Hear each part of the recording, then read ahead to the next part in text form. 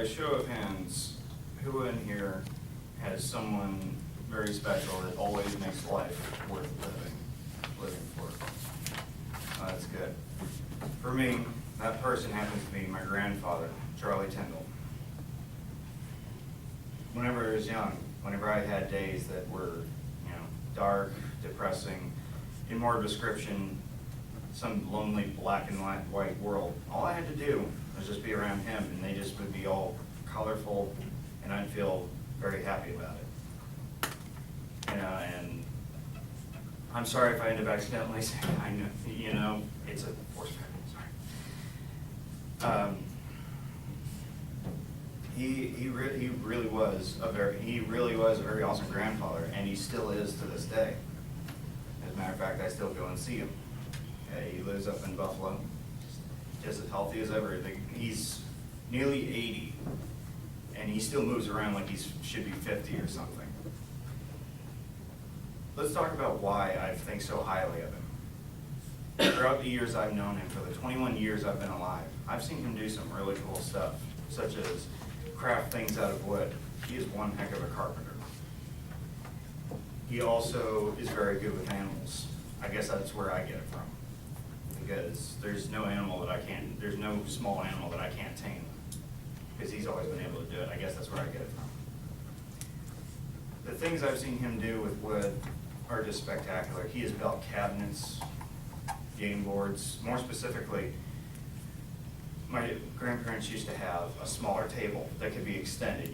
Those ones that can slide, and you stick boards in between them to make them larger. It was pretty small.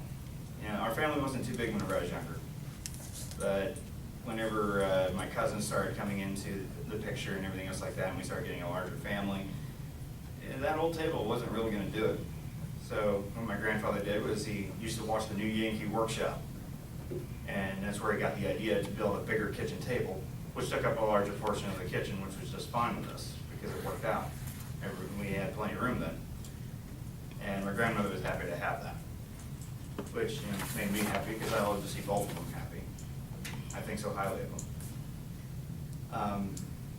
When I was 7, I have to tell you, this was the greatest thing I'd ever got.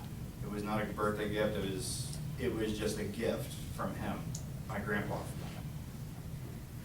When I was 7, he actually took the time to craft a clock. It looks like a grandfather clock. It stands about this tall, completely out of wood.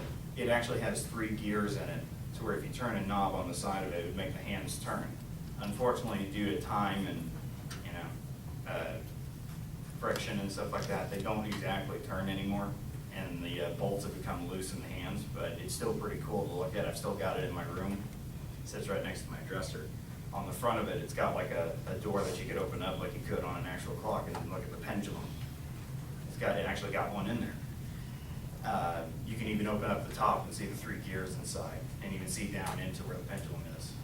It doesn't like I said, it doesn't function like an ordinary clock. It just sits there. But I used to be able to get the gears to turn, but every time I try, the gears get jammed up. It happens. And I'm not the only one who's made pretty cool stuff for it. My brother last year got a Tripoli board. Anyone in here ever played Tripoli before? It's like a card game that you'd see in a casino with chips and everything else like that. You bet a certain amount of money and everything else like that. He made one of those, and that made my brother very happy. And if there's something you want him to make, he can make it with wood. He's made a ton of stuff. I can't remember all of them. Aside from being a carpenter and being able to, make us all happy, he has done other things. He's worked for the BNSF Railroad. It was a long time ago.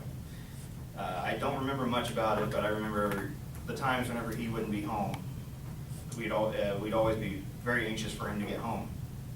And every time he would be home, he would be very happy because we got to see him. I still remember his retirement party. Got to see all the buddies he worked with and everything else like that. And granted, yes, it's pretty cool that he worked on the railroad. As a matter of fact, when he worked on the railroad, he actually inspected cars and made sure that they functioned properly. But when he retired, I was kind of happy that he did, because then I'd get to see him a lot more often.